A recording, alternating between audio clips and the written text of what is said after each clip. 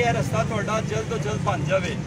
इहदे च कोई सियासत इन्वॉल्व है जिंदी वजह तो ये रस्ते च रुकावटां आईयां ने।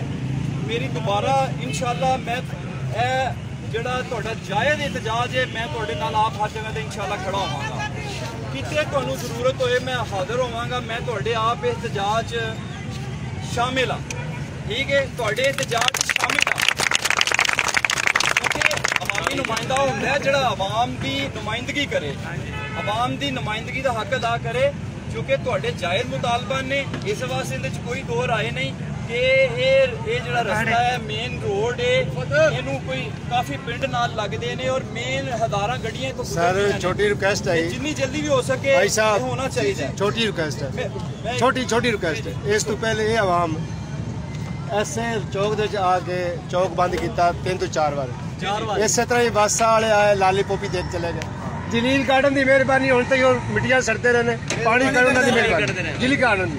लेकिन साडियां बच्चियां बीमार होंदियां ने, साडे लोगों को करंट लगते हैं, लेकिन एंबूलेंस नहीं जा सकती।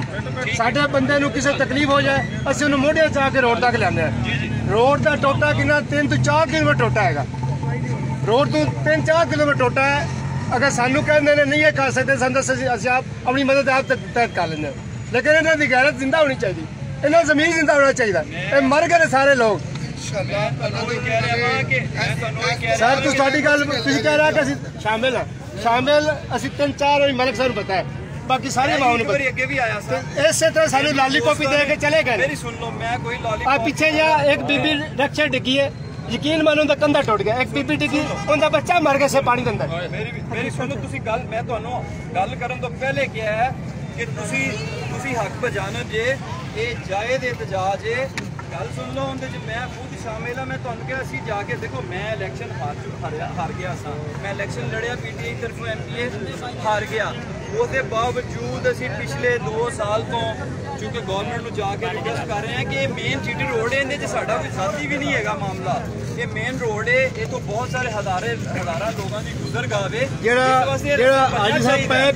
पानी निकासी को नहीं, वो साढ़े घरों में बढ़ता, साढ़े बच्चे बीमार होंगे। अच्छा एक चीज़ सी गौरमेंट ने ये फंड मंजूर कर दिता सी, लेकिन उहदे च जिहड़ा साडा सीवरेज सिस्टम सी ना, नाला सी, असी वो रिक्वेस्ट की सी कि बगैर नाले तो बगैर सीवरेज तो तुसी अगर रोड बना नहीं कामयाब, रोड नहीं कामयाब, बाकी कामयाब नहीं। असी यकीन करो ये रोड साडा काम मंजूर हो गया है, लेकिन असी उन्होंने कहा सी जी जिन्नी देर ये तुसी नाला या सीवरेज नहीं जे पाते उन्नी देर जिन्ने मर्जी पैसे ला लो, 1 साल बाद सड़क टूट जाएगी दोबारा। फिर उनके कोई साढ़े जेड़े टाउन वाले ने उन्होंने कहा जी असी पैसे देने कि जेड़ा असी उन्हों की मुलाकात DC साहब नाल AC साहब नाल भी करवाती है कि लो जी बैठ के गल करके किसी ना किसी तरीके नाल असी मसले का हल कढ़ीए, लेकिन वो भी पैसे नहीं दे रहे,